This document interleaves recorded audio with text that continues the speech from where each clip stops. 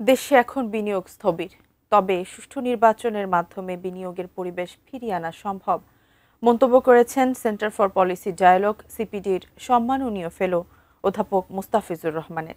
এদিকে ফেব্রুয়ারিতে নির্বাচিত সরকার এলে এলডিসি নিয়ে সঠিক কর্মপরিকল্পনা করা সম্ভব হবে বলে মনে করছেন ডিবেট ফর ডেমোক্রেসির চেয়ারম্যান হাসান আহমেদ চৌধুরী কিরণ।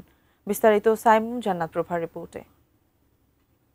সংঘর যে তিনটি মানদণ্ড আছে সেই তিনটি মানদণ্ড বাংলাদেশ পরপর তিনবার সফলভাবে উত্তীর্ণ হয়েছে।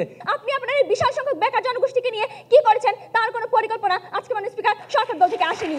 এফডিসিতে ডিবেট ফর ডেমোক্রেসির আয়োজনে শনিবার এক ছায়া সংসদ বিতর্ক প্রতিযোগিতা অনুষ্ঠিত হয়। এলডিসি গ্রাজুয়েশনের চ্যালেঞ্জ মোকাবেলায় বাংলাদেশের সক্ষমতা নিয়ে এই ছায়া সংসদে প্রধান অতিথি ছিলেন সিপিডির সম্মানীয় ফেলো অধ্যাপক মুস্তাফিজুর রহমান। এলডিসি থেকে বাংলাদেশের উত্তরণ টেকসই হবে কিনা সে বিষয়ে সংশয় প্রকাশ করেন তিনি। অনেক সক্ষমতারই আমাদের দরকার আছে। আমাদের বাজার সুবিধা নির্ভর প্রতিযোগিতা সক্ষমতা থেকে আমাদেরকে দক্ষতা এবং উৎপাদনশীলতা নির্ভর প্রতিযোগিতা সক্ষমতায় উত্তরণ করতে হবে। এই টাস্ক কিন্তু আমাদের 2026-এ উত্তরণ হলেও করতে হবে, 2029-এ উত্তরণ করলেও করতে হবে। এটা ওয়ান ওয়ে টিকেট। এখন যারা আর কি যাবে এলডিসি উত্তরণের জন্য যাচ্ছে, তাদের যদি কোনো কারণে অবস্থা খারাপ হয় তারা কিন্তু আবার থিওরিটিক্যালি ফেরত আসতে পারে এলডিসি গ্রুপে। বাংলাদেশের কিন্তু ওই সুযোগ নাই।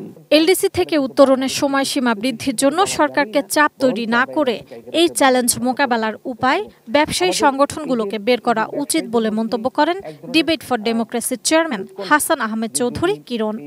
এলডিসি গ্র্যাজুয়েশনের যে চ্যালেঞ্জ নিয়ে আমরা কথা বলছি, সেই চ্যালেঞ্জ মোকাবেলা করবার জন্য একটা যে আমরা সঠিক নির্বাচনের মাধ্যমে যদি গণতান্ত্রিক প্রক্রিয়ায় আমরা কাঙ্ক্ষিত সময়ের মধ্যে নির্বাচনটা দিতে পারি, সে নির্বাচন যদি হয় তাহলে আমরা আমাদের এই কর্মসংস্থান বৃদ্ধি, বিদেশি বিনিয়োগ বৃদ্ধির আদর্শায় বৃদ্ধি করে আমরা এলডিসি গ্র্যাজুয়েশনের যে কর্মপরিকল্পনা, সেই কর্মপরিকল্পনাকে আমরা এগিয়ে নিয়ে যেতে পারবো। বাংলাদেশের অর্থনীতি যখন একটা ক্রান্তিকাল চলছে, এই সময় এলডিসি গ্র্যাজুয়েশনের পিছানো বা না পিছানো নিয়ে সরকার কিন্তু একটা ভীষণ বেকায়দায় রয়েছে। কারণ এই বেকায়দার কারণটা হচ্ছে গিয়ে এটাকে উত্তরণ করবে কি করবে না, এবং ব্যবসায়ীরা বলছে করবে না, সরকার বলছে করবেন। এই যে দ্বিমুখী একটা অবস্থান তৈরি হয়েছে, এই অবস্থানটা কিন্তু আমাদের জন্য কোনোভাবেই একটা মঙ্গলকর নয়। ছায়া সংসদ বিতর্ক প্রতিযোগিতায় সরকারি দল প্রাইম ইউনিভার্সিটি ঢাকাকে পরাজিত করে বিজয়ী হয় বিরোধী দল কুমিল্লা ভিক্টোরিয়া কলেজ।